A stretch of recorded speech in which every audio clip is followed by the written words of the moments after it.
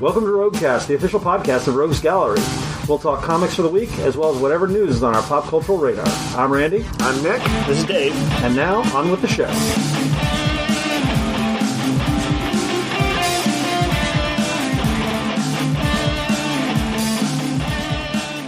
Hello and welcome to 2026. I regret to inform you it's going to be like this all year. Happy New Year! Now that we're in the future, Yes. I assume that everybody like us is wearing silver jumpsuits. Yeah.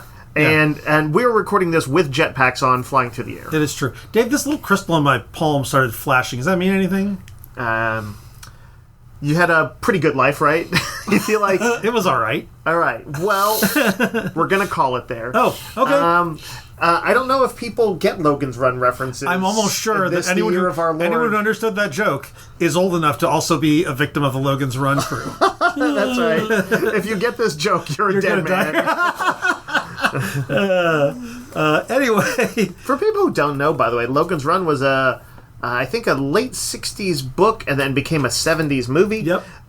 Where the worst fears of out-of-control population that they had at the time came to a head, and to keep the population under control, they basically killed you at age 30. Yeah. In the book, it was 20, by the way. Wow. They were, like, really young. It was all teenagers and tweeners. It totally was. A world totally of tweens was. is what you could have called a Logan's Run. And they put a little crystal in your palm, and when it started blinking, you're like, oh, I guess I'm 21. And then the Sandmen would chase you. The Sandman would chase you. They would put you to sleep. Yeah. And a lot of people on their last day, because, it's like no matter how much you believe, and maybe this thing works societally, you freak out when you start blinking. It's time. And you run.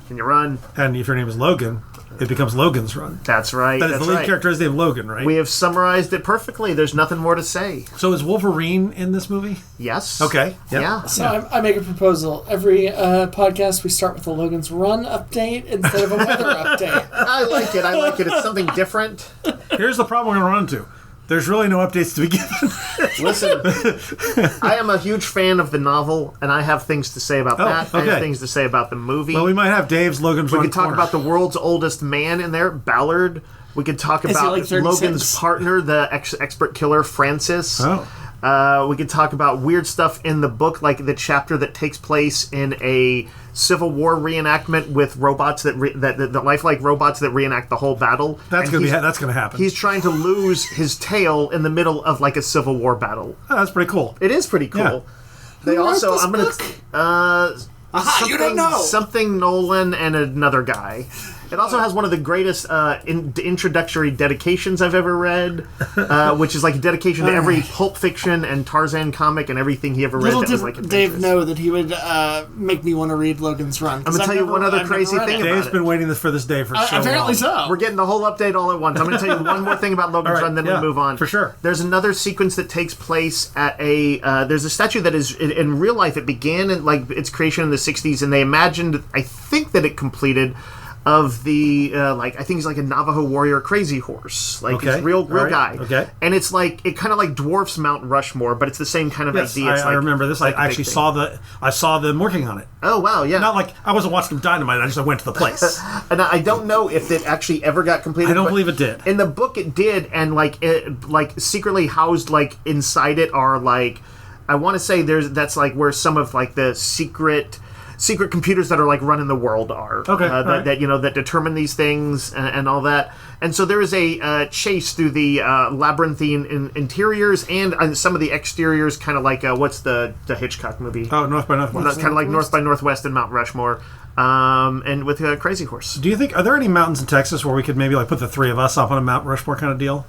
I think we could like get people behind the Rogues Gallery, like a hill, just a hill. We don't need mountains. We're not that important, but like I can build it in miniature. I like it. You know how like they look very solemn and stoic. Yeah. What if it was more like when they say, "Hey, just do a crazy face for Let's this do a crazy photo." face for this photo. What if we did a crazy face Rushmore? Crazy face Rushmore. I like it. I like it. Yeah. That's yeah.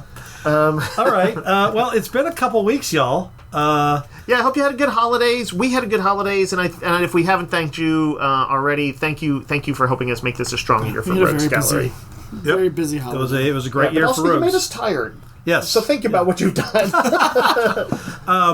I think that's just because you don't sleep, Dave. Oh, well, that's true. I'm always in a constant Nick, state of tiredness. don't be throwing stones from your glass house. Oh, no, I'm well aware. I went to bed at 4 in the This is morning on the last night. customers, Nick. This is not on us. That's right. Why do you guys make Dave and Nick not sleep? That's true.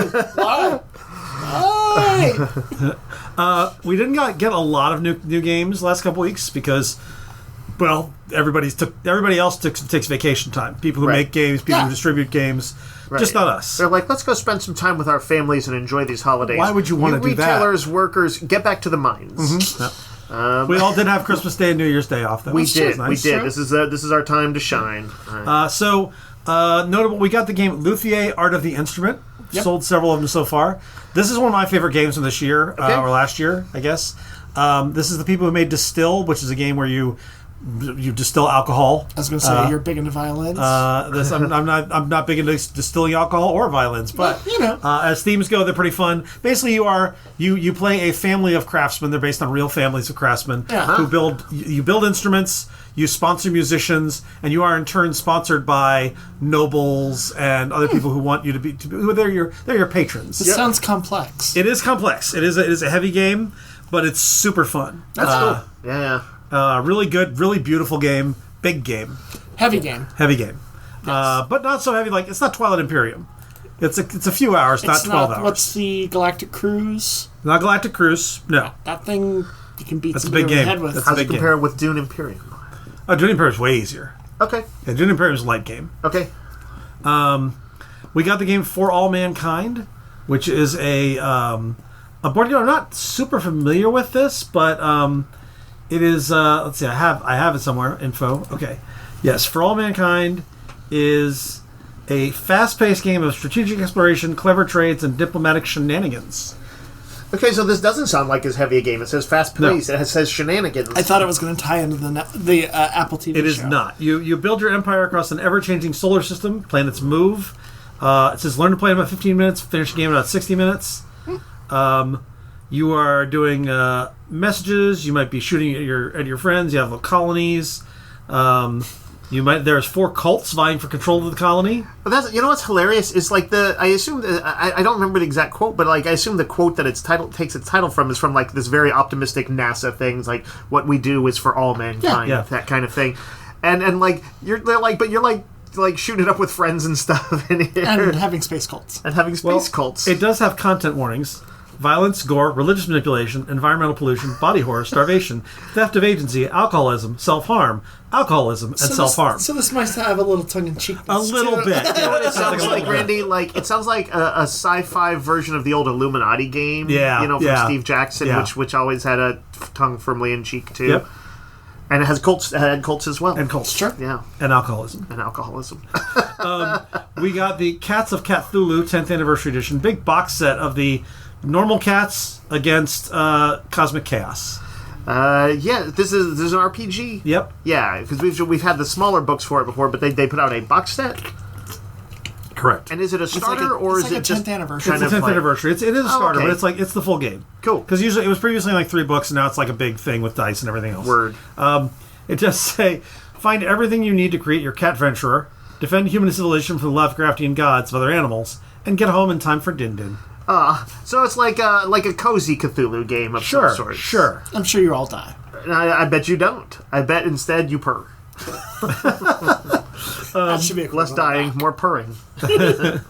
We got 4 games that look like they come in soda cans. Oh yeah, I was a little like, okay, what is this? This looks gimmicky, but each one actually sounds pretty fun. The premises were kind of neat. They're all fun. There's Lightseeker, Ford Genesis, Top Cap, and Catacomb, and they all look like fun games. It's Cat Day today. Yeah, it's Cat Day today.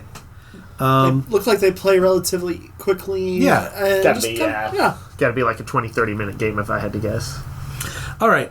Last week was not a skip week for comics exactly, but it was a very light week. There was no DC. Correct. There was only a little bit of Image, so we're going to mix that in along with stuff from the previous week and this week's stuff. Sure. Yep. Seems like a lot of comics, but It's actually not. Weirdly, not because that many it was comics. We'll whirlwind through them. Yeah. So, I'm going to talk about a couple from last week, the big ones. Sorcerer Supreme, which is essentially Volume 4 of the Scarlet Witch series that Steve Orlando's been writing for a few years now. Yep.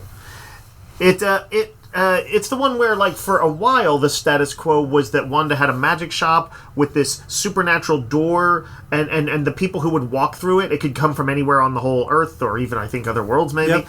And it was like, if you were in need of her, the door knew and would lead you to her magic shop. It's a great premise. Like, if you were doing a Scarlet Witch TV show, that is the premise to do. Yes. And even as a fun aside, Darcy Lewis from the Marvel movies was, I think, introduced for the first time this is her in the comics debut. and was basically helping her run the shop. And she still is. She is... But she does have bigger fish to fry right now. Wanda, now she is the Sorcerer Supreme, and But Wong kind of is not contested. Wong is not so sure about that. The Vishanti aren't so sure about that. She kind of just claimed it after Doom went away.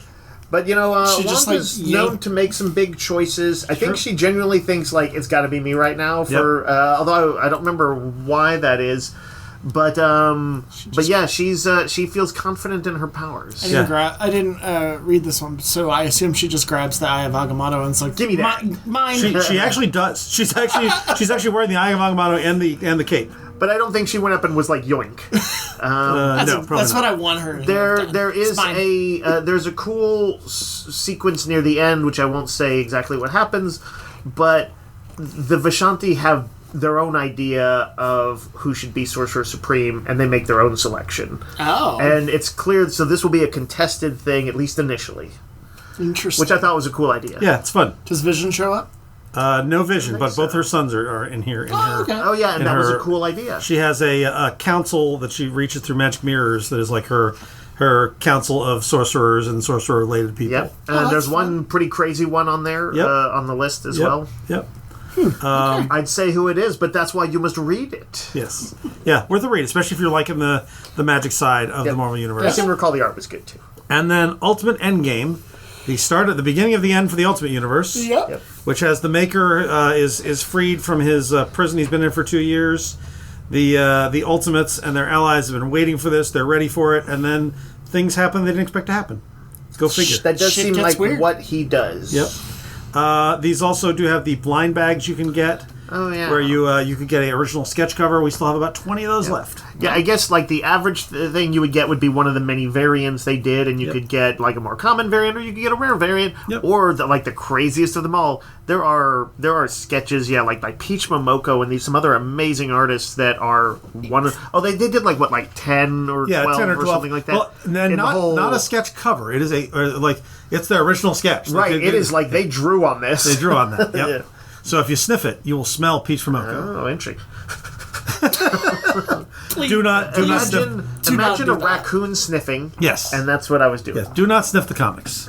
Actually, you can sniff the comics. It's fine. We got the 50th anniversary edition of Superman vs. Spider-Man. Oh, yeah, it's one of those treasury size editions. Big treasury size facsimile. This is Jerry Conway and Ross Andrew. Who, it's funny, I don't know that much about the DC side of the Silver Age, but this feels like the Spider-Man creative team. Or it was like the Bronze Age. Yeah. You're right, the Bronze Age. But, like, Jerry Conway, I feel like, I know he wrote Justice League. Did he, in fact, write Superman? Was there a... And I don't know. It's like my Bronze Age DC knowledge doesn't start until... Well, I guess whatever after, I guess if you consider post-crisis. Post-crisis, yeah, that's where I come into it. I don't have much knowledge outside. But this was feels it the first Marvel DC crossover? It was indeed. And I know that, if you're thinking, well, wouldn't Superman take him out with one punch? Well, there's a thing that's happened that Spider-Man gets jacked up. Right.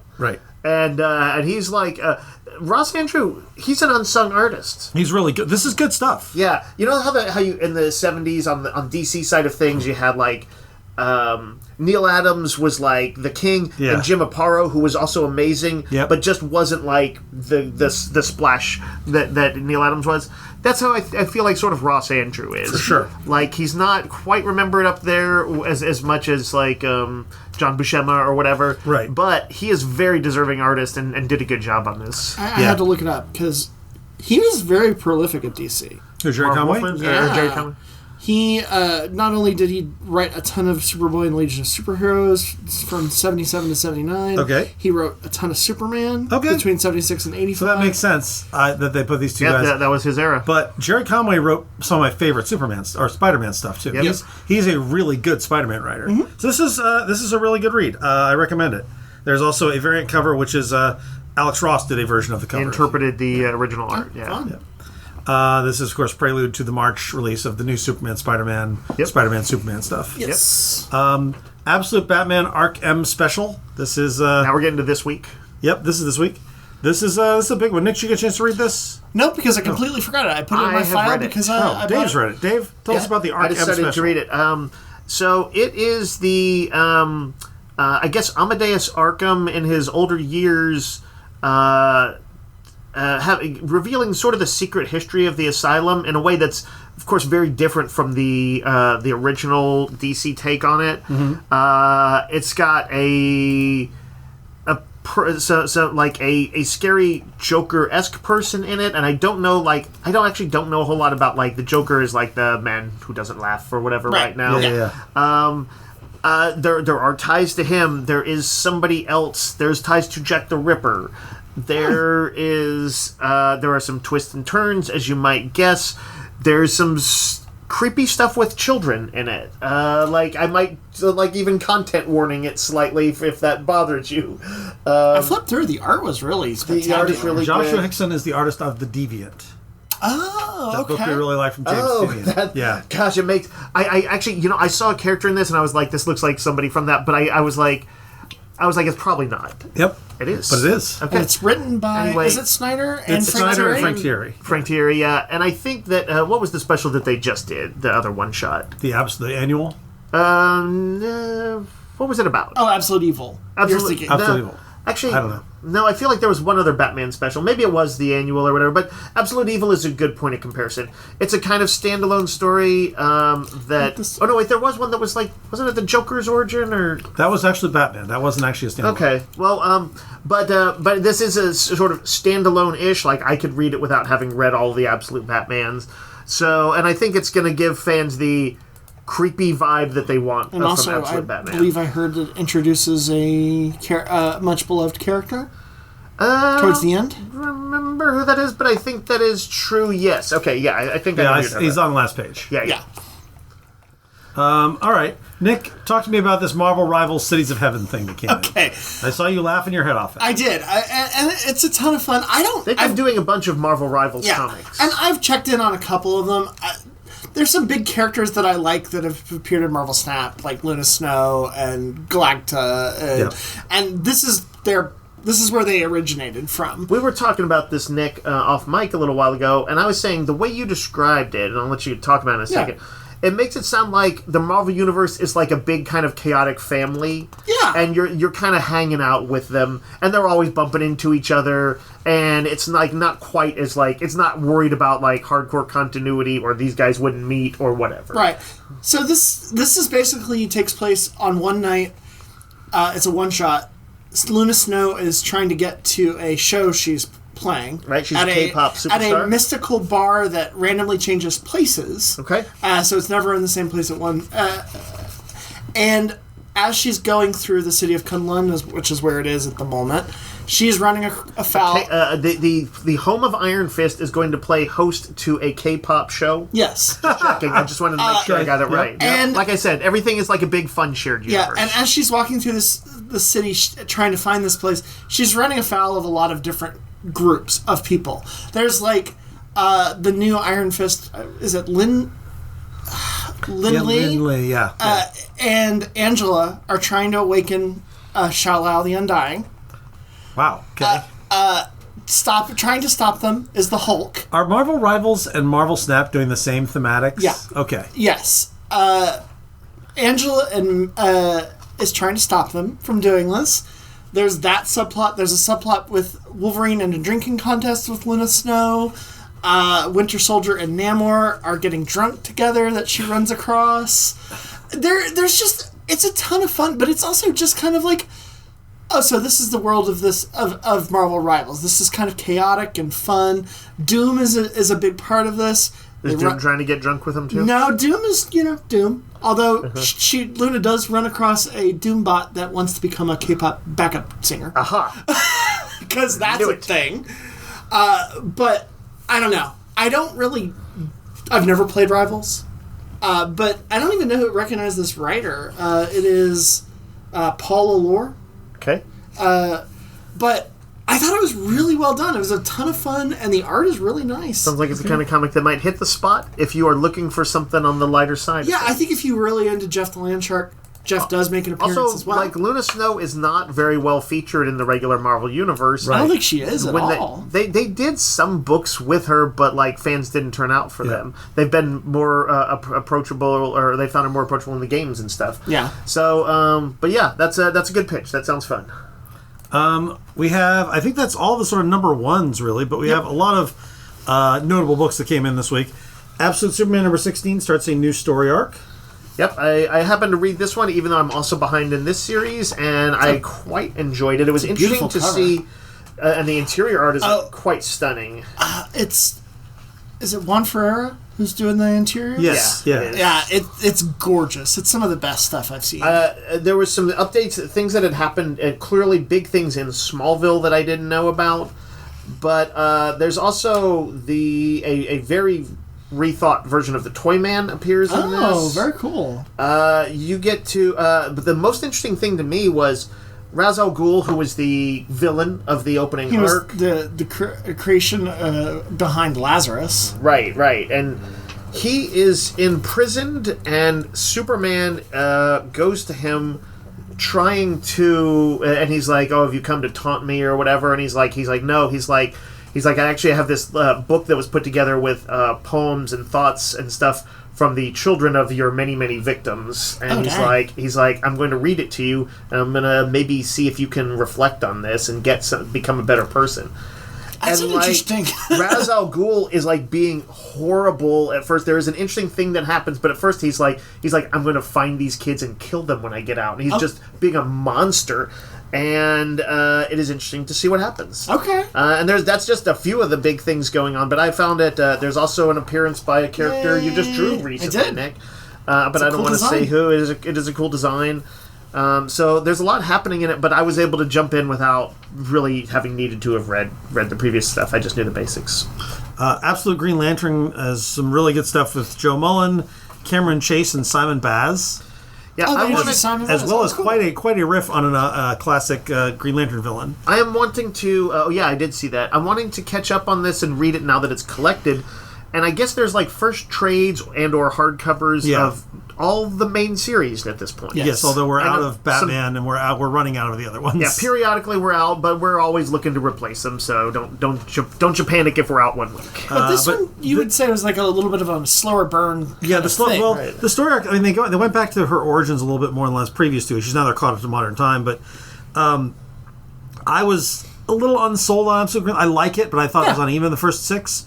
But the second arc I'm really liking. Okay. The book that I think is probably going to be all our picks this week is Batman number 5. As Nick calls it, the date issue. Yep. Yeah. We knew from the previous issue that there was an interesting connection between Bruce Wayne and who's the scientist who works for him. Scientist who works for him, who has like kind of a little bit of a geeky hot vibe. Just to quick summarize, a little aloofness. Yeah. And the whole issue, basically, they are going out when it immediately kicks off when there's a sort of chase. They realize they are being pursued. There's like ninjas on motorbikes. And so he is having to kind of be like, still be Bruce Wayne, although he lets himself be kind of a badass Bruce Wayne. Yeah. Without giving away his coolness, his secrets. Yeah. And like, it is so well drawn. Like, it's a big chase scene. Jorge Jimenez flexing some muscles by doing a car chase. The car chase scenes are tough to pull off in a comic. Is that like the civilian Batmobile he's driving, or is it just a muscle car? It looked like it was just a muscle car. It's a great car. It is super cool. It's a GTO. Looking. Yeah, it's a GTO. Man, this is such a good issue. It's so much fun. And you know what I really like about Bruce Wayne when he's written well? Like, the animated series did this. Michael Keaton gave it a little bit of this. Yep. Is that Bruce Wayne should be a guy who seems lightweight and fun. He shouldn't be like Batman. Yeah. Right. He is his disguise. But this is a version of like, he is goofy, but he is competent. And it's almost like he's having fun using Batman's skills in a way that Batman can't, even though it's the same guy. Book apart. Yeah. I love when she gets into the car, and at first it's like they're going out for dinner or something like that, but they haven't said that it's a definite date. Yeah. And she's like, is this a date? She's like, she's like, "You're dressed up. It's a date." And then he's like, "Well, I'm dressed." Like, this is just what Bruce Wayne casually throws on. His casual look is fancier than just about anybody else. And if I'm not wrong, this also introduces a new kind of assassin. Yeah. They were very cool. I don't want to say too much about them. A lot of it's a visual, but you do find out something about who they are by the end. And by the way, the visual is cool, and that's a perfect way to start a villain. Yeah. Every issue of this has been really good, but this was kind of one of the standout fun ones. Yep. This was a blast, and it has a hilarious last panel. Yes. The last panel was both a great reveal and it made me laugh out loud. Yeah. But it feels like Fraction is... He hems and haws a little bit, but this feels like Hawkeye in some ways. Yeah. And especially teaming up with an artist of this caliber, it's on the same lines as like David Aja. Jorge Jimenez is doing career best work, and also some of the best work I've seen on Batman, who has had a lot of really good artists. Sure. Yeah. There's a lot of Batman this week. There's also the second issue of Batman Green Arrow: The Question Arcadia. Yep. Written and drawn by Gabriel Hardman. Dave, did you get a chance to read this? Yes, and I was like, I need to reread the first one because I forget the plot. It's good. It's good, sort of gritty '90s adventure type thing. Yeah, it is like serious intrigue, and it both pits sort of Batman, Green Arrow, and Question are teaming up, and they are sometimes pit a little bit against each other. Yeah. They certainly are not philosophically on the same page. Yeah. But they're also all kind of being badasses. Nobody gets punked out. And there's a cool mystery unfolding. If I remember correctly, isn't Batman like working for essentially the villains at the sort of, yeah. He gets hired. He's been brought in to do something, and he starts to realize, this is not good. I particularly like Hardman's version of Question. Yes, it was cool to see a version like that that's clearly inspired by the Denny O'Neil run from the 80s and 90s, but probably with a little dose of the Justice League Unlimited. But yeah, I think when this is collected, it's almost sure to be one that I will buy. And then we've got DCKO Night Fight number 3, which finds Batman going up against a Red Hood Batman. It's not Red Hood, it's Tim. I thought, no, this was Red Hood. The last one is Red Hood. Oh, it starts with him finishing off the Red Hood as Clayface, weirdly. Yeah. You're right, it's Tim this issue. But I was quite taken with the version of Tim we got. Yeah, and sort of his ability to become a different type of Batman. Yep. And it's not so much against Bruce. There's a twist to the story which I thought was really interesting. Yeah. But yeah, I'm excited to see where it goes because the final issue looks like it might be an interesting story after that final page reveal. But yeah. It was a really good issue. It's really fun. I'm enjoying this as a spin-off. We got a reprint of the Amalgam book, Spider-Boy Team Up. This was the second round of Amalgam, and it was it has Ladron as the penciler, who does sort of a Kid Kirby-esque style. And it was basically Spider-Man, Superboy mixed together, and they did Legion of Superheroes, which is a bunch of Legion of Superheroes mixed with the Guardians. Yeah, no, not the Guardians. I wouldn't have been fine with that. The Shi'ar Imperial Guardians. Oh, okay, that makes some sense. Yeah. That makes some sense. But I mean, because they're based on Legion. Yeah. But it's a super fun read. Then we've got an issue of the Twilight Zone written and drawn by James Stokoe. The beautiful art artist, on this one. Yeah. TMNT has 3 books this week. There is TMNT Shredder number 4, wherein Zaddy Shredder is working for some corporation. He goes up into the Arctic for this issue. He's in his full Shredder gear. It's a good take on him. He has been like I only read the first issue, but he was like captured by the government. But it was kind of like, I think with maybe the knowledge he could break out any time. Yeah. And they're like, we want you to go on this mission for us. And so there's like, everybody knows that the other person might betray them at any moment, and they just have interests that happen to align right now, which I think is a cool premise. Second issue of TMNT Godzilla. And I feel like I don't have the other one in front of me. What was the other Turtle book? There's 3 this week. It's their fight book. Oh, yeah. TMNT Battle something. Battle Nexus. Yeah, where they're facing off with different enemies and allies from different eras. Like, I believe, like, in the first one I saw, like, the current day Turtles versus, like, the black and white Ninja Turtle hardcore guys from the 80s and stuff like that. It's kind of their DCKO. It absolutely is.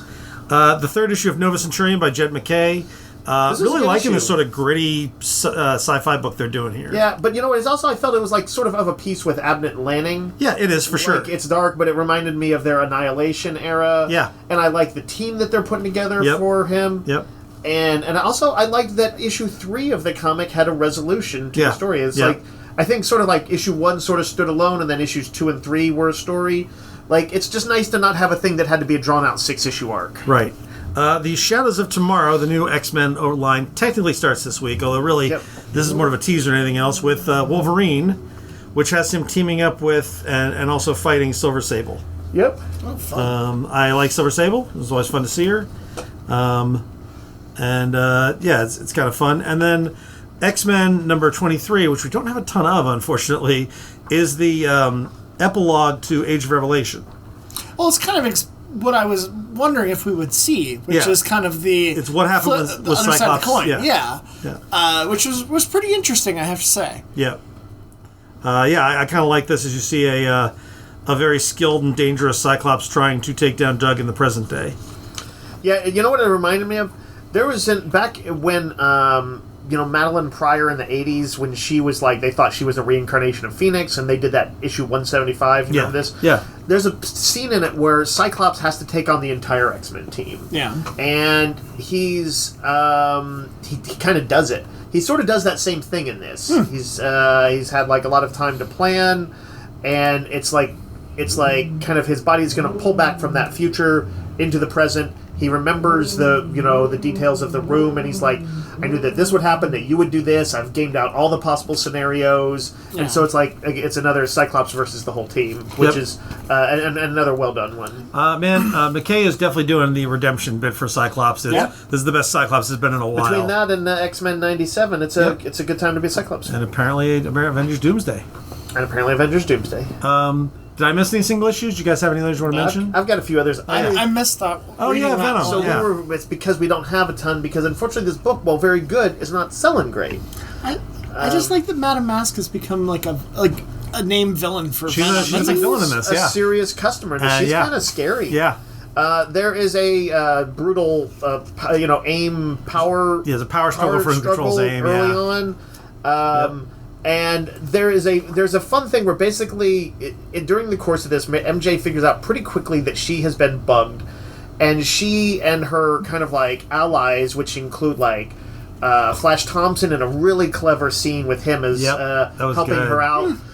He's actually the one who helps her figure out she's been bugged, and then she's got to go back and hang with who's her man in the chair guy, the goofy Paul guy. Paul and Venom's son, Dylan, Eddie Brock's son, and they do that classic thing of like, this room is bugged, and they're like holding up notes. They're talking about one thing, and they're holding up notes that is about something else.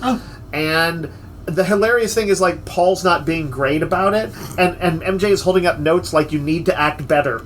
And it's a very entertaining sequence. This reminded me why I like this book so much. And there was also a badass action scene with an all new Venom in the end, doing some very cool stuff, and a big Madam, like I said, Madame Mask is treated as an A-list villain, and is doing a really good job. For sure.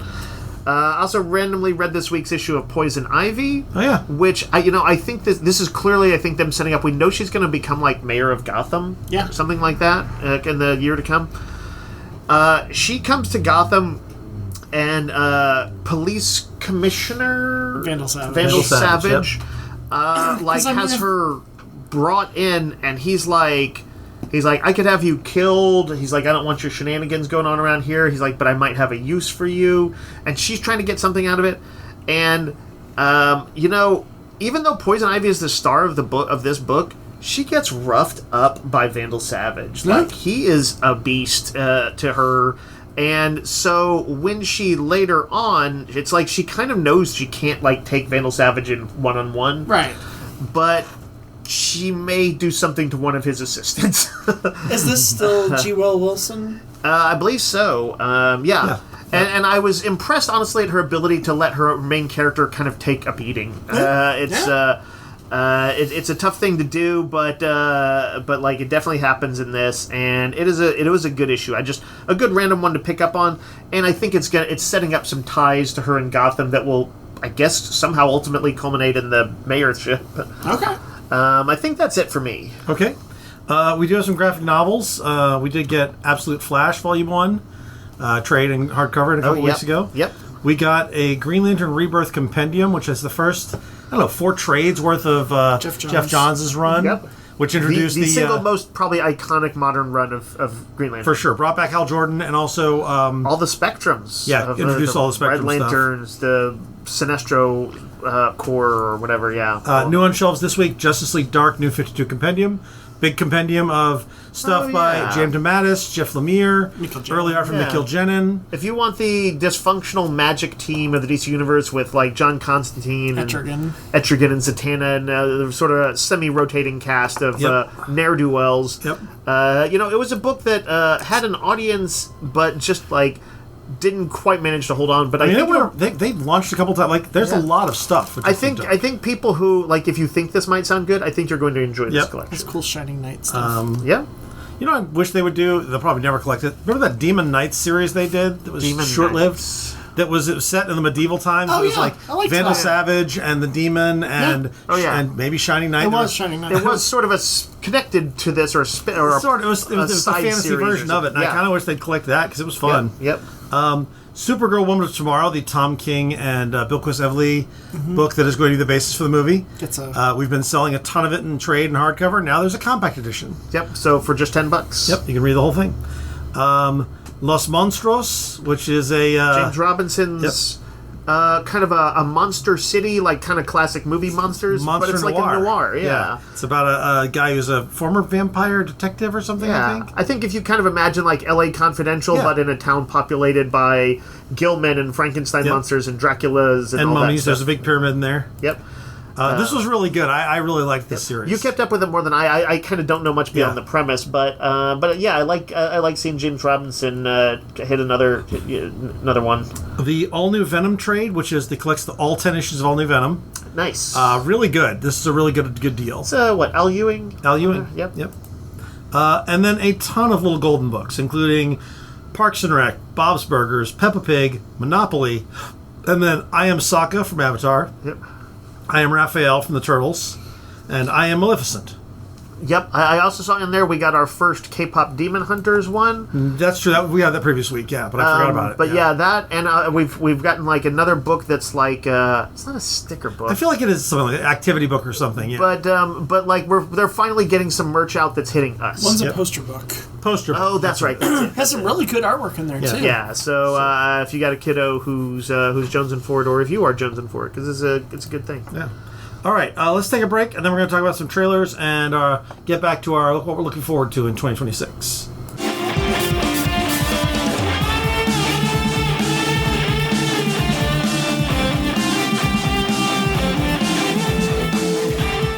All right, we got a few trailers to talk about, including those teasers everybody's talking about, but let's start with Digger.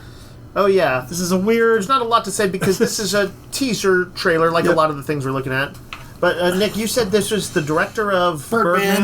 And The Revenant. Right, Birdman is a reminder. That is the indie movie that Michael Keaton did that was like about a guy playing a Batman-esque Didn't he win role. an Oscar for it? I think you might have. I enjoyed it, but I can't tell you a thing that happened in it. It was definitely like it was like not a superhero movie so much as it was like a meditation on fame and, artistic, integrity and things like that.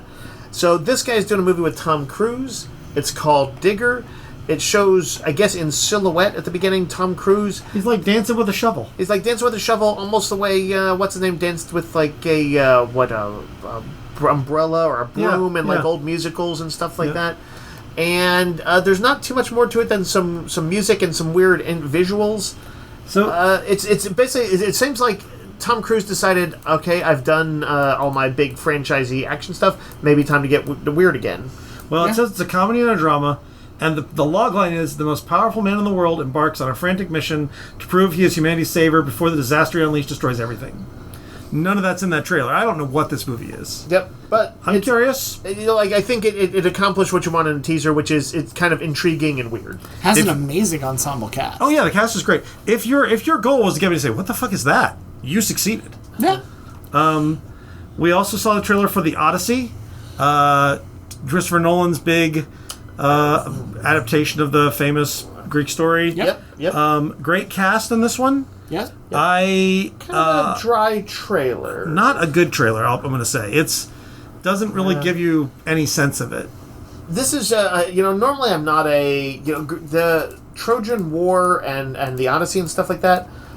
They were mythic events even in ancient Greece. They were meant to, if they had, if there was a historical inspiration, it was like from centuries before then, and like it was, So in other words, historicity is not something I'm really worked up about in this.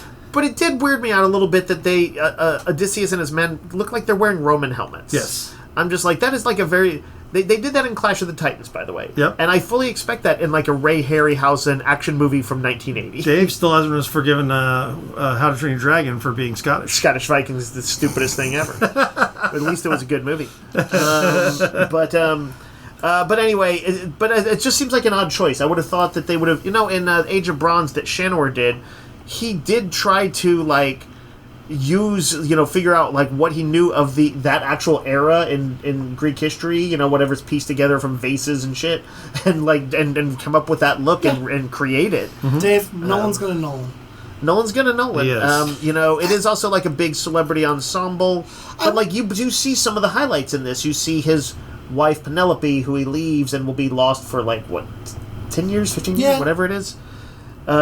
There's a brief glimpse of the Cyclops cave, and I think I'd like a 1/1000th of a second glimpse of the Cyclops, which is, I think, If you're freezing frame by frame. Person, like, and maybe like I think he's using practical type effects wherever possible.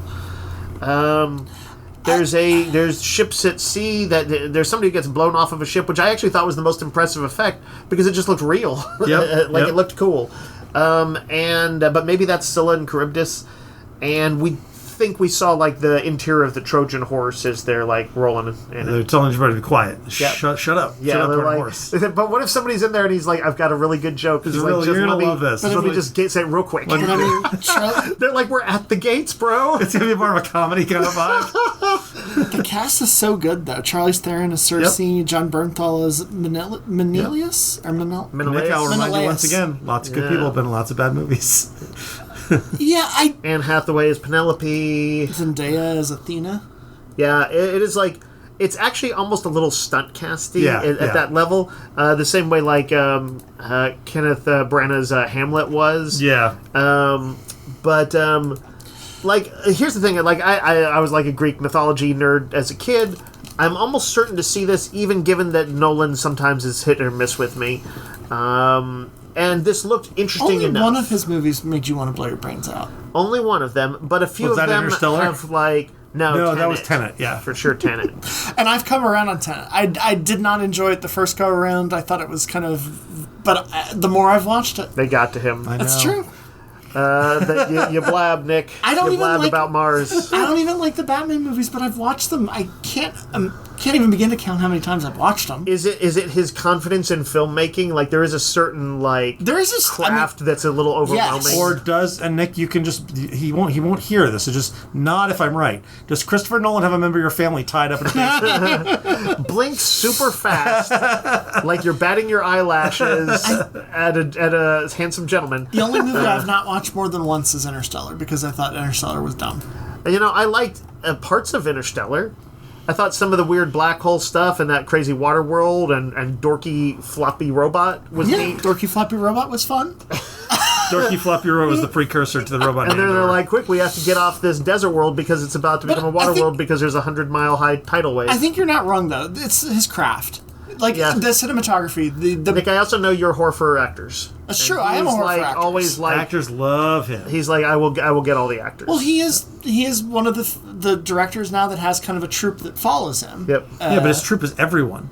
That is true. Not completely, but it's like the Ryan Johnson, and it's the people the Mike Flanagan. Yeah, except that both those people are better at storytelling. I will agree. You'll find some people who disagree with you, Randy. I will agree. Mike Flanagan is overly emotional and telegraphs things. But I will say, as a counterbalance, I think Nolan is cold. Yes, and I think that's why I'm not a Kubrick fan either, and I think he's the heir apparent to Kubrick. Yep. That's like, I can't say Kubrick was entirely cold because, like, a lot of his movies did have a ton of emotion. Kubrick's pretty cold. Even the stuff that was... The Shining is not cold. Well... And, like... But it's not super humanistic. Right, but there's like moments where there's people are like talking, they're like, "Hey there, champ, how you doing?" and stuff like that. Like they're actually a little bit more like normal human beings. Yeah, probably because it was based on a book by Stephen King, who is a normal human being. Yeah, that's where and that then came Kubrick from. was like, "Let me see if I can strip away all humanity from this." Strangelove. Like, what if instead of being a guy who descends into madness, he begins as insane? What if he's just an abusive jerk? He's just an abusive Strangelove jerk? has got... It does, but it is also delivered with this kind of clockwork precision that's not unlike Alan Moore and a little bit cold like that. Yeah. I think I don't think Nolan has to. I don't love. I'm glad someone like Nolan's around in a way, even if I don't like him all the time. Yeah. It's an interesting voice to have. I suspect sometimes that he is some kind of neurodivergent, and like he may struggle with certain like kind of emotions, and so he does shorthand for them rather than actually depict them. I'm sure he's married and has kids and all the... I don't know. You think he's cold to them? He's married to the film. He's married to movies. But anyway, I don't think any of us were like, what a trailer. No, we were not what a trailer. Yes. We watched the trailer for Prime's new TV series from Guy Ritchie, Young Sherlock. Guy Ritchie did two really fun Sherlock Holmes movies. Yeah, and this absolutely looks like the heir apparent. Same vibe, yeah. Yeah. Which is to say, there must have been like a dozen explosions in this lots of trailer. explosions for Sherlock Holmes. Like for like the 1800s, I'm like, that's a lot of things exploding. Yeah. I know that they had gunpowder and stuff, but geez. Boy, did they. They were just really into explosions. It was all in London, apparently. But yes, you have the, there's a certain bit of quippiness. There's fighting. There's he's young Moriarty. Young Moriarty. We think we saw a version of Irene Adler. Yep. But we're not 100% sure who everybody is in it. But, fun energy. It looked... Yep. I think we all liked his Sherlock movies. The second one a little less so. They still had moments, though. They still had the banter. It had some moments. When I went back to watch it, I liked it better than I remember liking it. But it's nowhere near as good as the first one. Yeah. I think... I'm not done with Sherlock Holmes, but they've returned to that well a lot. Yeah. He is the, like... I think he's like in the top 3 most well-known characters worldwide, like him and Dracula and like Superman or something like that. I would rather have another movie of Enola Holmes. Same. Yeah. I liked that one. Yeah. All right, Bobby Brown. Mm-hmm. We didn't rewatch this trailer, but I know we all watched it once. The new Wonder Man trailer.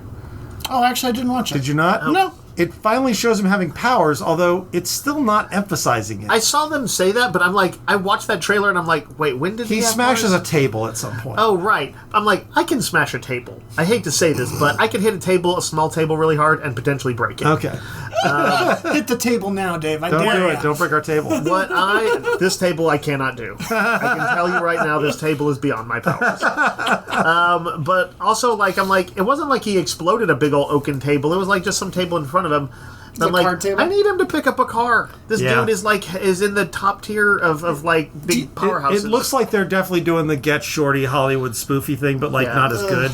You know what's interesting is I definitely felt that, and I was like, to me, growing up, Wonder Man, the Hollywood thing where he was like a struggling actor and all that, it was a flavor of him. Yeah. He was still a superhero, he was a little low confidence and stuff like that, and he would reference Hollywood things sometimes. Yeah. And they would lean into it a little bit sometimes. I don't know if I want it to be his defining thing. Yeah. To me, he's still a guy who, fights with the Avengers and all that stuff. And this looks like it's it does acknowledge superhero fatigue and stuff like that on a sort of meta level. Yeah. But I don't know if I'm going to like what they're serving up. And I'm like the biggest Wonder Man fan in the world. The frustrating thing for me is I've really liked a lot of the Marvel TV Universe stuff they did, but they're not incorporating a lot of it. Like Captain America Falcon, they did bring some of that stuff in, but it feels like we're getting She-Hulk and Wonder Man shunted off the side and then not going to be in the Avengers. And I'm like, I don't want that. I want these characters. I wanted the TV shows to feed into the movies. It'd be awesome if they stealth did that. Like if at the end he's like, I'm going to go join the Avengers, or something happens that gets him in there. But yeah, it's going to be this weird little side project. It does have what's his name from the Iron Man movies. Trevor Slatter, Ben Kingsley. Ben Kingsley. Yeah. Now, is there a possibility that this is stealth good? there's always a possibility. Like all the shows have been decent for me, except for Secret Invasion. I thought Ironheart was great. Ironheart was really fun, but I also felt like that. Like at least the writing as shown on the trailer is just like quirky, but it doesn't. There's nothing in there that I was like, "What a sly line!" There was no great moment. There's no great scenes. Yeah, it's not a great trailer. I'm hopeful that it's just a bad cut trailer. It'd be nice. So it's the second one they've done. Yeah, so, it's true. And they are dumping the whole thing in one day. It's not unlike the first trailer, to be honest. No, it's very similar. Yeah, people talk about the trailer. They finally show his powers. I'm like, where? Yeah. Give me a jet belt. Again, I can break a table. Finally, we have the Avengers Doomsday teasers. Yep. One for Captain America, one for Thor, one for the X-Men. Well, like what? Like 45 seconds to at best, yeah. And so they're the sort of mood pieces. They're meant to like little springboard ideas. So okay, real quick, the Cap one. I think everybody's seen this. Yep. Shows him in the house that he and Peggy Carter are at the end of the slow game. pan. He's got a baby and a motorcycle. He's holding a kid, and suggesting that he and Peggy weren't super protective when they got together back in the 50s. I guess was it? I don't know. Well, no, we don't know the life that he lived, so. But I thought that was supposed to be in our timeline, but not. It is. It is our timeline. Yeah. Okay. Which means Cap's gonna have a baby, have a kid running around in the modern day, or possibly a grandkid. So, but are we thinking Peggy is the mama? Yeah, for sure. Okay. Yeah, he got around. I don't know.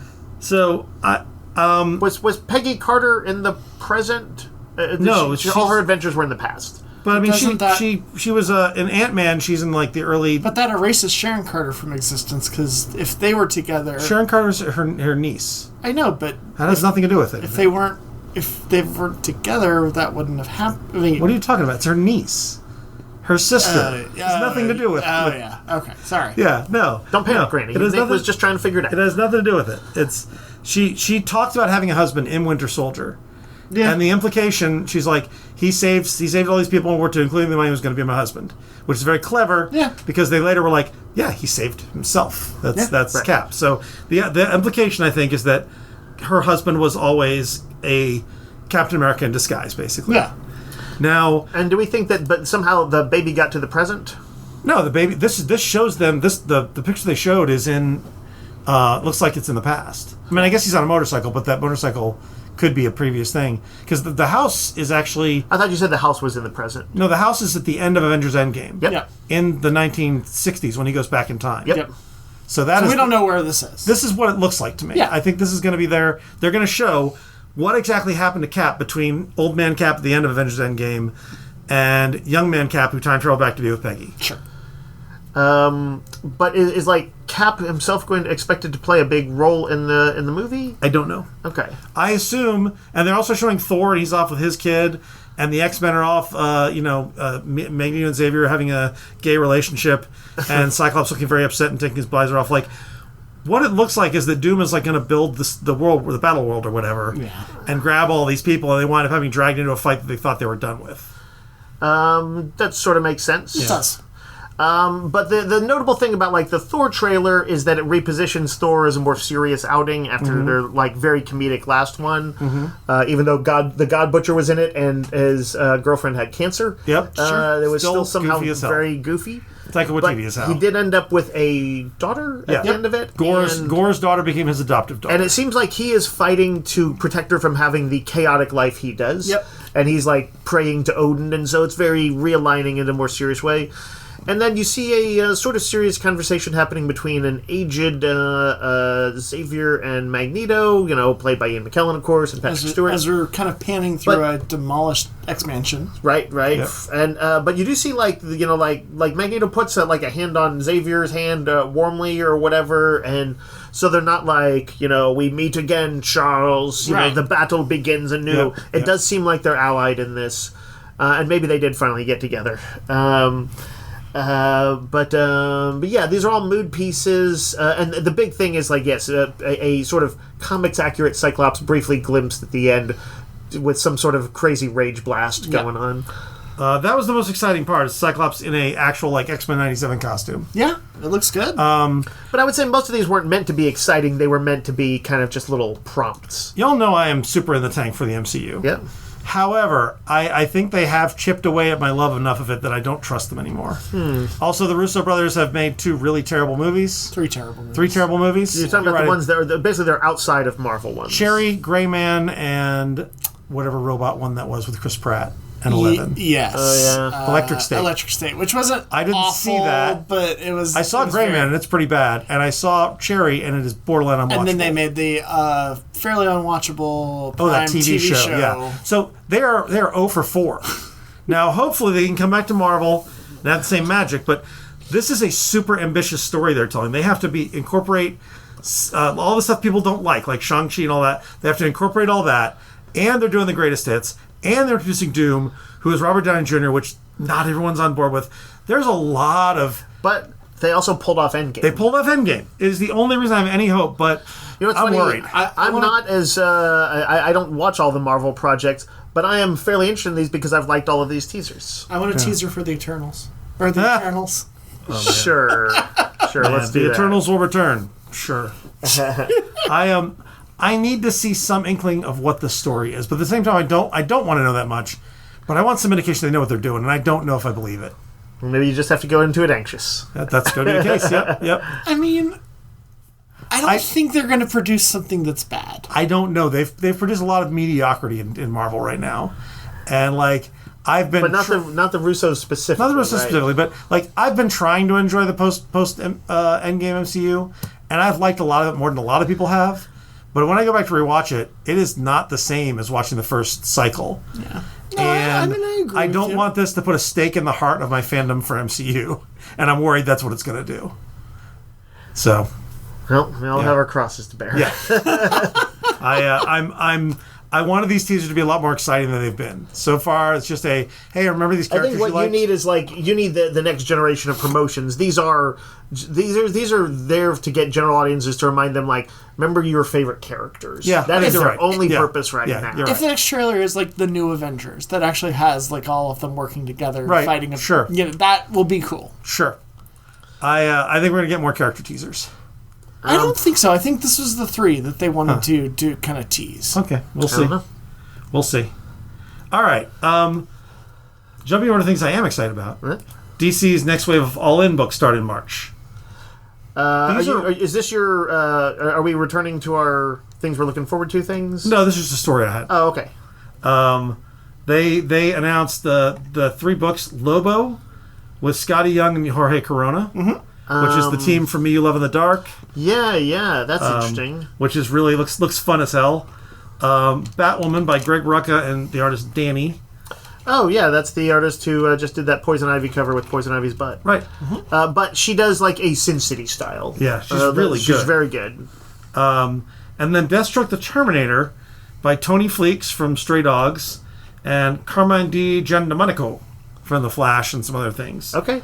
But yeah, that's actually an interesting call. Tony Fleeks has obviously had some breakouts with his Stray Dogs, and what's the Feral is his more recent one. Yeah, it looks like fun. I guess the pitch of Deathstroke is that somebody's put a hit out on him, and so he's basically looking for who to put the hit on him. Sounds very John Wickish, basically. So that'll be interesting. I'm looking forward to seeing what DC can do with sort of their secondary characters. Yeah, and these were the ones. Is this that line where they said that they're going to give them 2 years or whatever? They don't require that they come out of the gates with the biggest sales. Yep.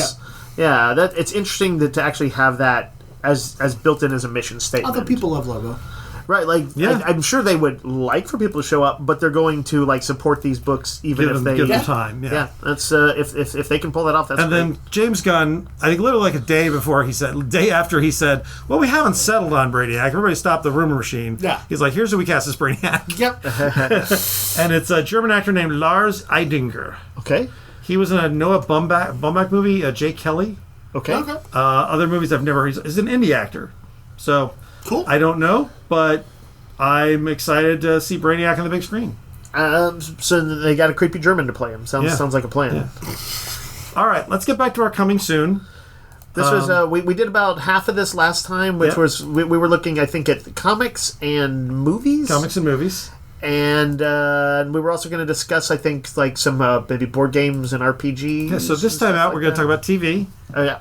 And and games. Board games, video games, RPGs, that kind of thing. Yep. Let's start with TV. Okay. I know Nick and I probably have more on this, but I know, Dave, you've already seen one of the things that I'm looking forward to. Oh, yeah? What have I seen? Starfleet Academy. Oh, that is true. I did pull some strings in the sense that I'm still at least associated, occasionally guesting in on my Text Trek podcast, and we got some screener copies. Yeah. First two? Yes, I think just the first two now, which are meant to be. I think they're going to release them one together. Big show, yeah. And I'm going to be like super secretive on this, like they want us to be. But I can say that I liked it. Okay. B, I cannot quite guess how it's going to hit for most people. I feel like it's got some elements of Discovery to it, and that kind of the action adventure Star Trek. That makes me a little nervous, to be honest. But so yeah, that's like the plot hook. And so the first episode is kind of getting things set up. The second episode is kind of like, here is a story at the school that is resolved within that space. It's like a standalone episode, and it's an interesting thing that happens. This is set in the time where. Right after the Starfleet Academy is reforming in the 32nd century, right? The burn happened and caused the whole universe basically warp travel disappeared for centuries, for decades. Yeah, and everything sort of fell apart. They couldn't, Starfleet couldn't do what it did, and so they became sort of more militaristic and things like that. Yeah. And this sort of deals with a bit of the legacy of that. And sort of their attempts to put it together. It's also got some very positive energy vibes. I think it's got some of those school vibes that people like in anything from Harry Potter to The Magicians and whatever else is at the school. I really liked Holly Hunter. Yeah, she's great. She doesn't. You know how she sits in her captain's chair? She curls up into it like a cat, with her feet up in it. Oh, fun! Yeah, and she also kind of breaks some other. She's a sort of not typical protocol person, but kind of in a different way from Kirk. She's not always oh, I'm a wild card going off rogue on my own. She was the big part of the big draw for me. I think people are going to like her. I'm not sure where they'll land on Paul Giamatti's hammy performance. A friend of mine, when we were watching it, posted in the chat, she's like, he's incredibly hammy in all the best ways. But I think that's going to be your mileage may vary, and also clearly his story is not done. So right. I'll be curious to see where it goes. But I do think I absolutely do think people should give it a try, unless you're boycotting Paramount because they're scumbags. When does this hit? I want to say it's the 13th or something. So not far. Yeah, it's coming up quite soon. HBO has Night of the Seven Kingdoms coming up. Yep.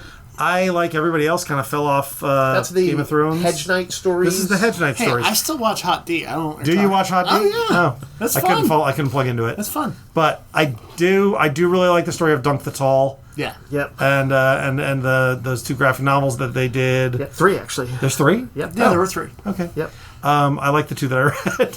I'll be curious how they do this. If they expand, if they just gotta expand. The trailers I saw looked like they were the stories I kind of recognized.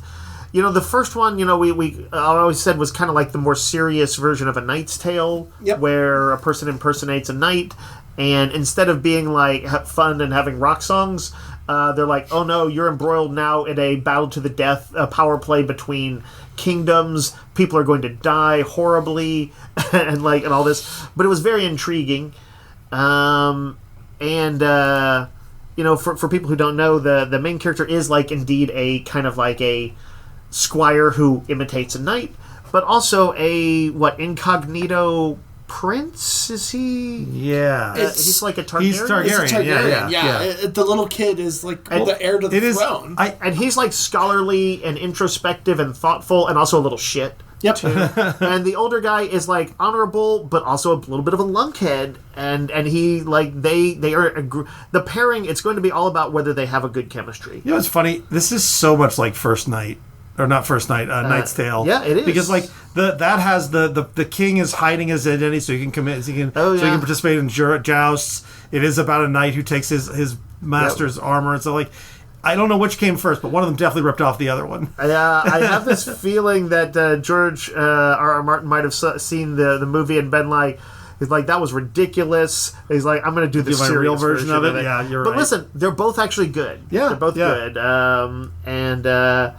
If the bromance chemistry between Dunk and the kid is on target, then it could actually be really good. Yeah. Well, we don't have to wait long because this is the 18th as well. Yeah, there's a lot of stuff Okay. coming up soon.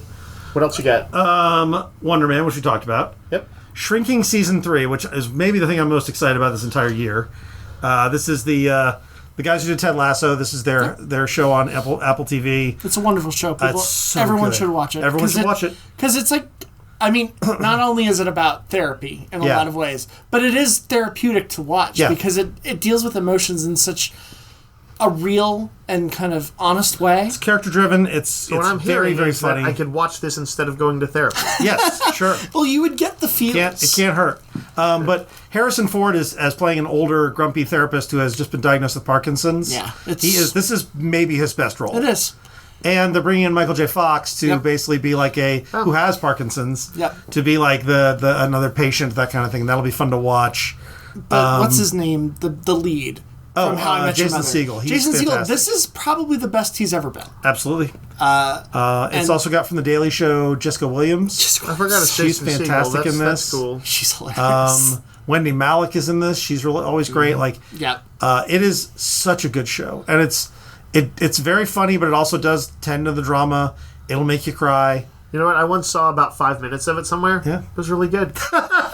And that from Dave, that's high praise. That's high praise. If Dave watched 5 minutes, like that's pretty good. Well, that's it's- like any of us binging an entire show. Well, it's also 30 minutes. Yeah.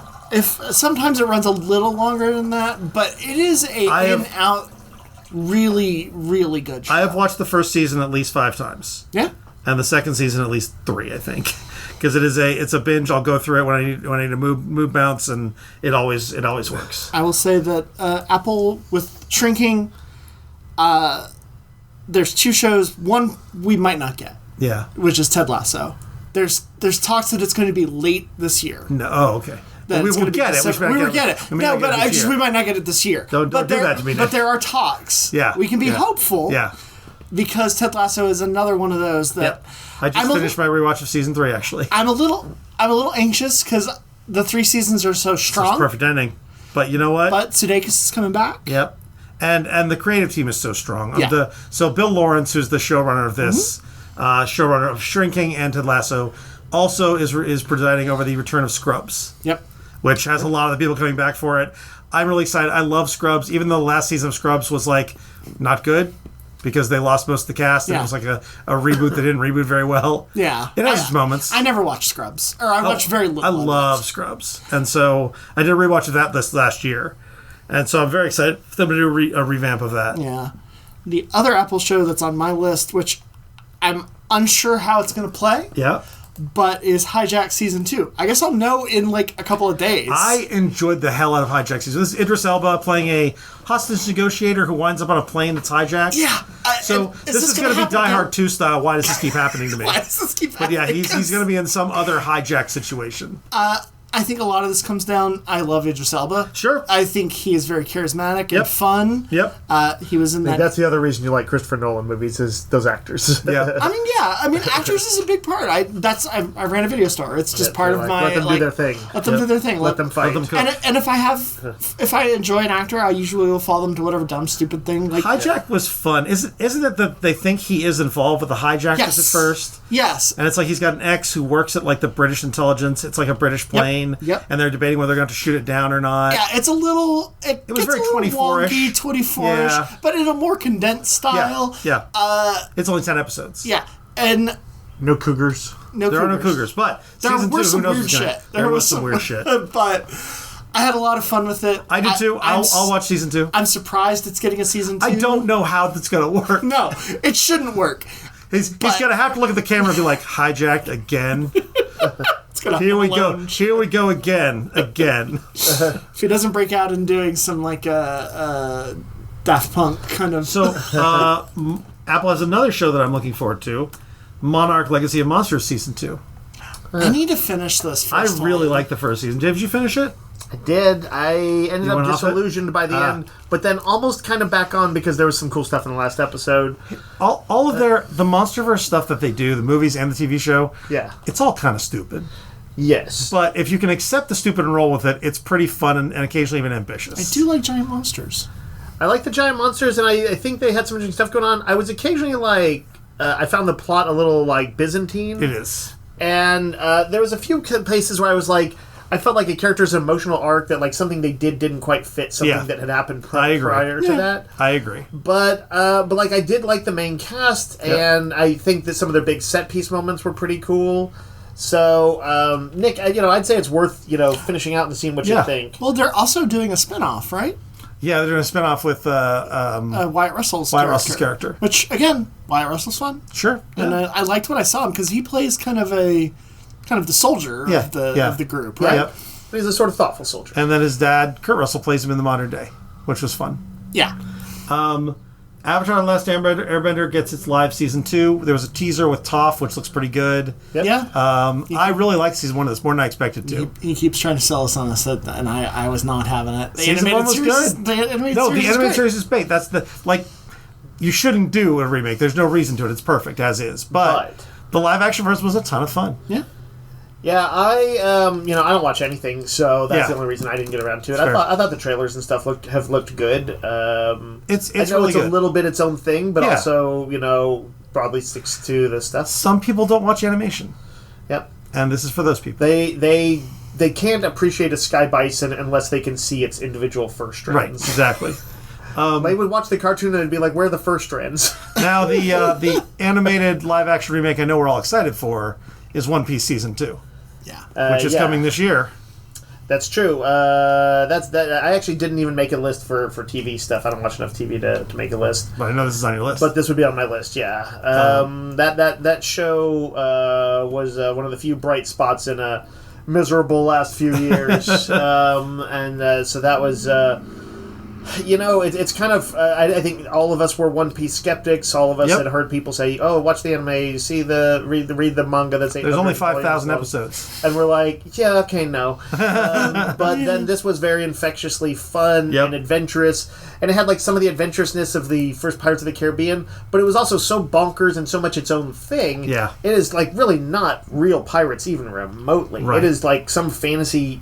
Weird version of pirates, and like that's the charm, and like the characters were all great. Yeah. There's not a single one that didn't have some kind of fun backstory and interesting hook, and the action scenes were all great. So I know that like we've watched a few little teaser trailers, and they've been like suitably bizarre. Yeah, well, like here's this character you don't. I'm like, okay. Yeah, I'm here's like, this okay, weird- this person is a little gremlin person. an antelope or something that's their doctor. Yep.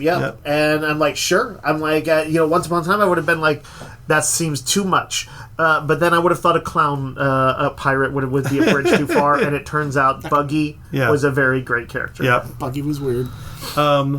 Not sure about this one, but Max did give us finally a teaser for Lanterns. It's on my list. Is there a teaser out there for it? Yeah, there's a little teaser. Not much of one, but there's a little teaser. This is the one that's meant to be a procedural kind of show for like a it's like Hal Jordan is played by an older guy, Kyle Chandler, who's great, and he is mentoring Jon Stewart. Yep. And we know Nathan Fillion's involved at some point. The teaser looked good.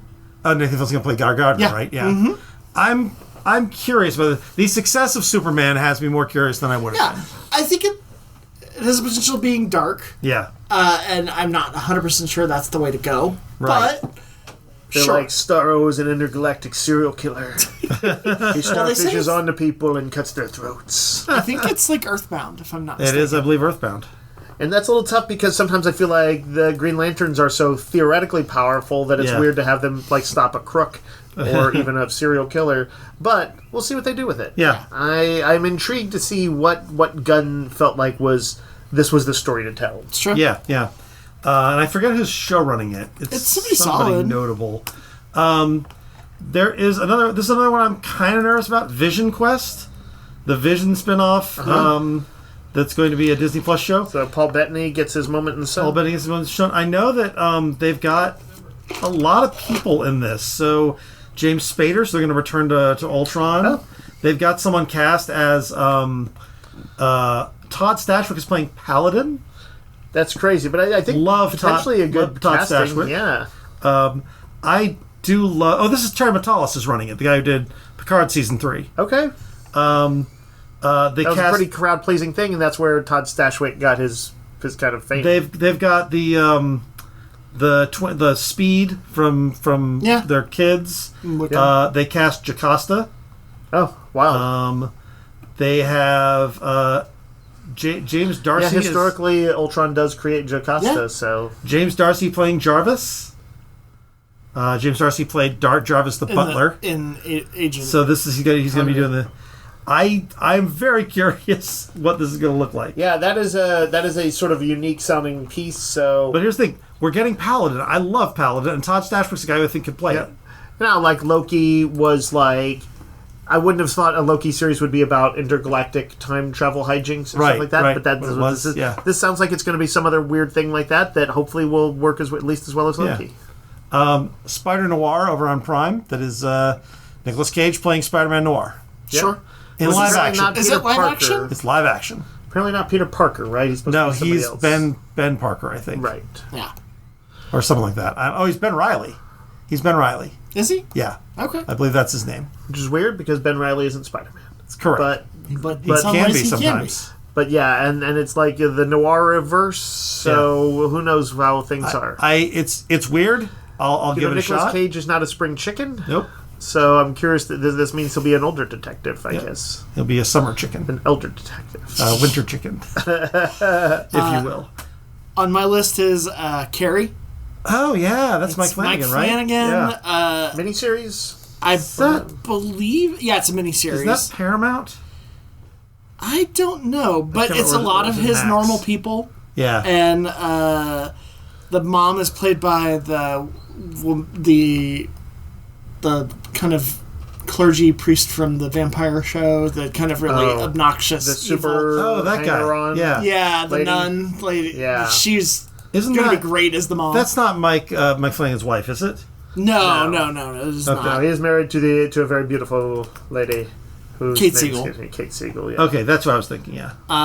But it's Mike Flanagan. I want to watch it because I watch other things. Carrie is just, in some ways, is just like a spiral of sadness. It is. But what I imagine he's going to do is introduce an ensemble around her, including a few halfway decent people. Yeah. And they're not all going to be shits.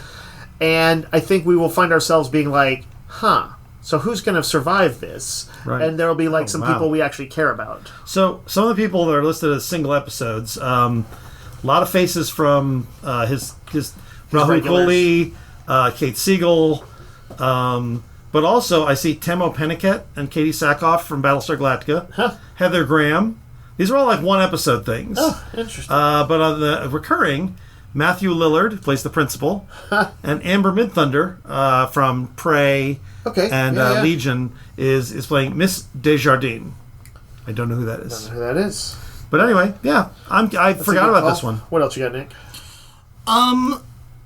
What else do I have on my list? I have two more. I have, weirdly, The Beauty.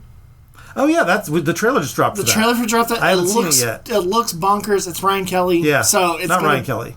It is Ryan Murphy. Ryan Murphy, not Ryan Kelly. This is the one based on the graphic novel series. Yes, the comic series. Yep. Yeah.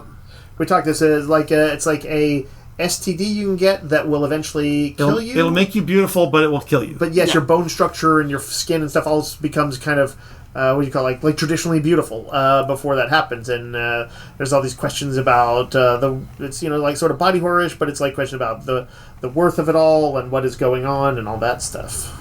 Sounds interesting. Yeah, I mean, and I'll watch that trailer. It looks bonkers, like all of Ryan Murphy stuff. Yeah.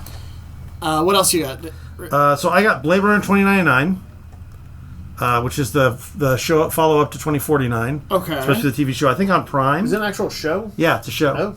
And then I don't know if this is happening this year. What was the there was something coming up. Oh right, so Aliens Earth. Yeah. We were saying that like Aliens, I think that we felt like if it had to reinvent itself that a TV show with a sort of broader format would be the way to do that. Yeah. And so Blade Runner might be an interesting option for that. I totally can see it, especially if it's as good as Alien Earth. Yeah. And then I don't know if this is happening for sure, but I think it is Your Friendly Neighborhood Spider-Man Season 2. Oh, yeah. Should be. I'm very excited for more. I rewatched that a couple months ago. It's real good. It's real good. I wish I had a neighbor like me. I have two more. Okay. One is a weird one. I don't know if it's on Peacock. It's a remake of the Tom Hanks movie The Burbs. Oh, wild. I know that's one of your like cult favorite movies. I Never love seen it. Never seen that movie. It's a ton of fun about a family on a cul-de-sac who gets a new neighbor that may or may not be killing people. Okay, sure. The movie was great. We'll see if the show lives up. And then the animation that I'm looking forward to is Dave Filoni is coming back to Star Wars to do an animation. That's Star Wars Maul. Shadow Lord. Okay. Which is all about Maul and his kind of rise. Sure. Which I'm all for. Okay. Yeah. That's legit. We were going to talk games. I don't know if you guys have games you're looking forward to. I have a handful of things. I've got some stuff, including a few video games. Okay, let's hear it. Let's see. Let me pull up my list. Okay.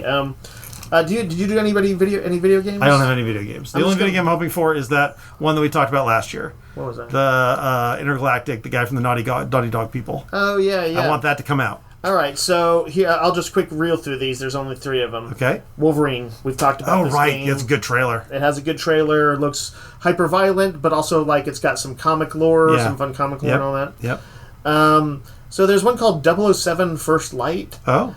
It's the guys who make the Hitman games. Okay. And I believe it's meant to, I should have played those games because I know I would like them, but I've never played them. My kids played a ton of them. And I know the deal is you've got these missions to like take out a target or do whatever, and like you can approach it however you want. You can go in guns blazing, you can sneak in through windows, you can impersonate somebody and sneak in and all that. Yep. And apparently you're supposed to be Bond when he's earning his 00 status. Oh. So I think it will have something in common with the Hitman games, and you'll probably do intrigue and assassinations and other stuff. But it sounded cool to me. Yeah. And then lastly, a game that's been a zillion years in the making, but it's the remake of the game Fable. Oh, yeah. I think this might be the year it actually comes out. I've seen some actual gameplay clips and stuff like that. Yeah. But, this is a game series where, you are meant to sort of make some moral choices and either veer towards good or evil in it.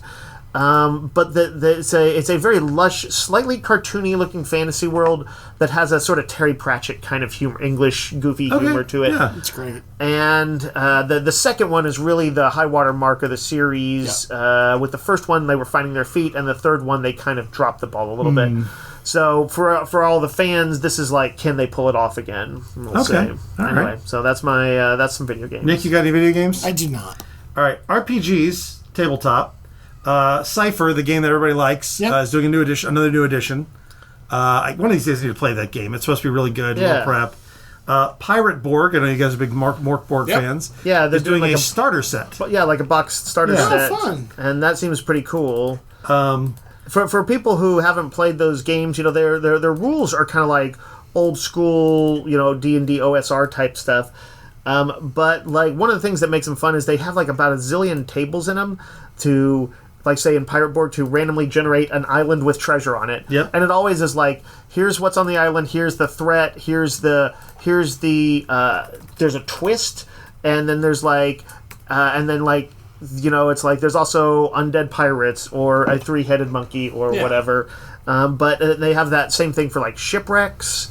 The character design, character creation has a bunch of random fun tables to determine what's in your pockets and what weird and rare thing do you have and all that. So like this is very high fun factor to these games. So yeah, people should check that out. The thing, I'm not sure if this is going to happen this year, but Keith Baker, who designed Eberron, my favorite D&D setting, along with his wife Jen Ellis, who's also a designer, they are working.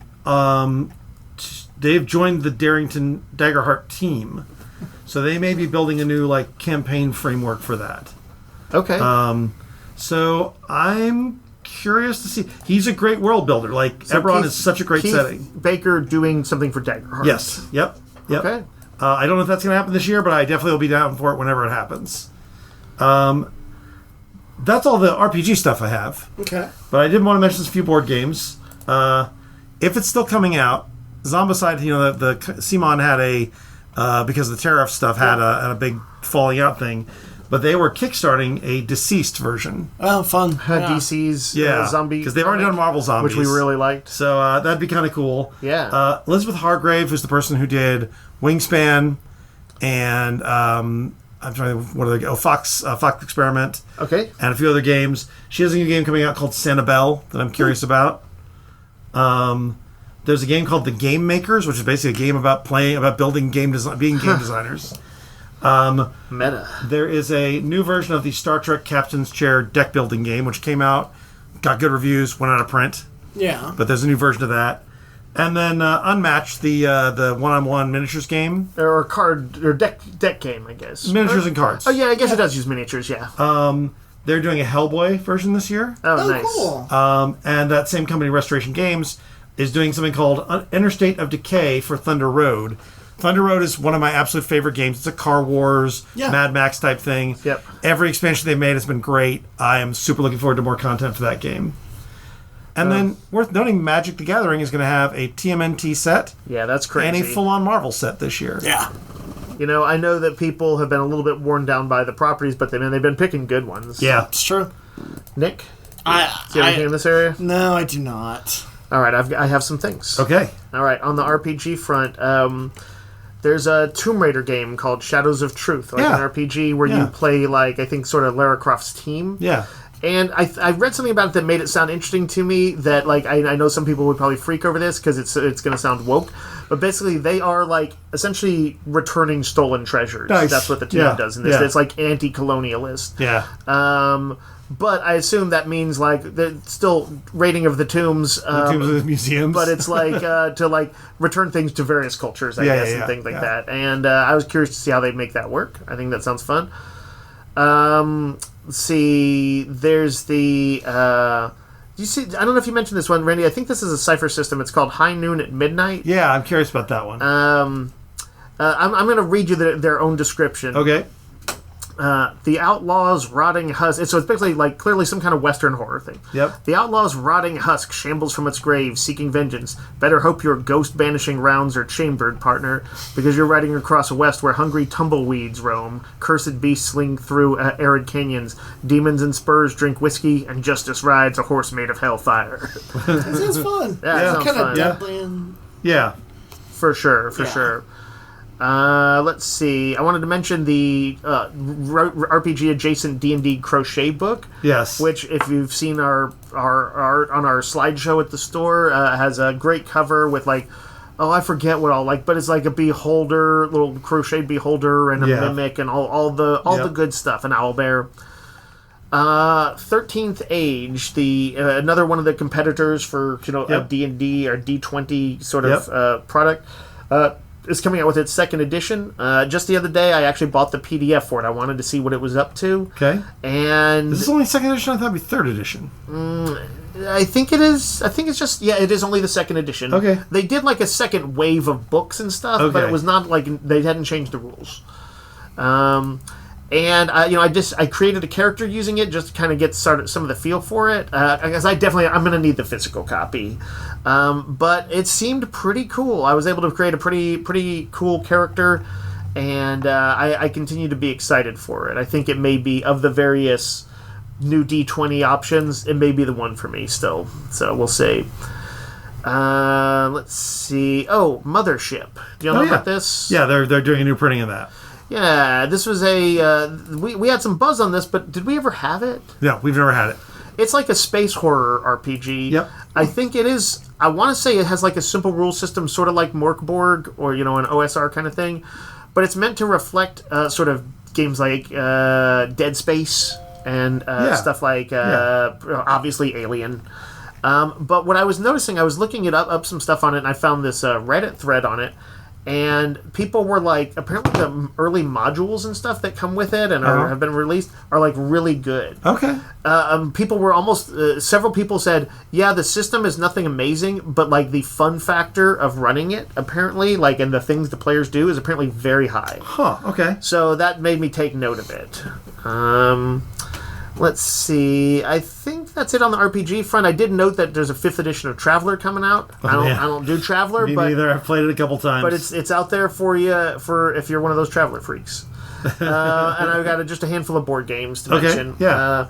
Second edition of Tales of the Arabian Nights. Right. A game which I liked when I first played it, but really liked when I kind of homebrewed a thing that's a little bit less competitive and a little less random and a little bit more storytelling-y. And I don't know if they... apparently lots of people have hacked this game to do similar and also different things. Okay. But basically, I'm interested. I want to see what they're doing. Also, a second edition of Mystery of the Abbey, which we played one time, I think, which was a ton of fun. Clearly inspired by, what was it? Name of the Rose. Yeah, the Sean Connery sort of mystery in an old medieval abbey. I really liked it, and so a new version of it sounds cool. I assume it's still from Days of Wonder. And lastly, Randy, this one called Miskatonic Tales Journey to Innsmouth. Yeah, it's a board game. So here's how they describe it. A cooperative sandbox adventure game with, this is how somebody described it, with map exploration and choose-your-own-adventure vibes. So, I get the impression that there's a little bit of a sort of a dungeon crawl element to it, but it's also clearly meant to be kind of create a narrative story too, and to play different when you play and make different choices in it. So I think for people looking for sort of a Arkham horror vibe or Call of Cthulhu vibe without doing the full RPG, I imagine this is going to scratch the itch in kind of a fun way. Maybe a little bit like Escape the Dark Castle and stuff like that. Anyway, I think that's all of my stuff. All right. We want to talk Stranger Things. I don't think we have time to do it today, so we might hopefully get back to that next week. Yep. But in short, we all liked it. Yes. Yep. Although I had some reservations. Of course you did. Of course I did. Dave hated it. Listen, there was about don't you agree that they maybe squeezed in a few too many songs in that final episode? It didn't bother me. There was like 8 songs in the last 30 minutes. But I am a person who felt like a little bit like Game of Thrones that the ending sort of let me down. Okay. But that the journey was well worth it for me in both of those cases. Okay. And so I don't have any regrets about watching the series or anything like that. And I liked a lot of the stuff that they wrapped with. We can give it a more serious look in the future. Next week. Yep. All right. That was it for this time. We'll be back next week. And until that time, yo Joe. Roguecast is a weekly podcast broadcast from Rogues Gallery Comics and Games in Round Rock, Texas. You can find us online on Facebook and at www.roguesgallerytx.com and email us comments or questions at roguesgallerytx@gmail.com. Thanks for listening.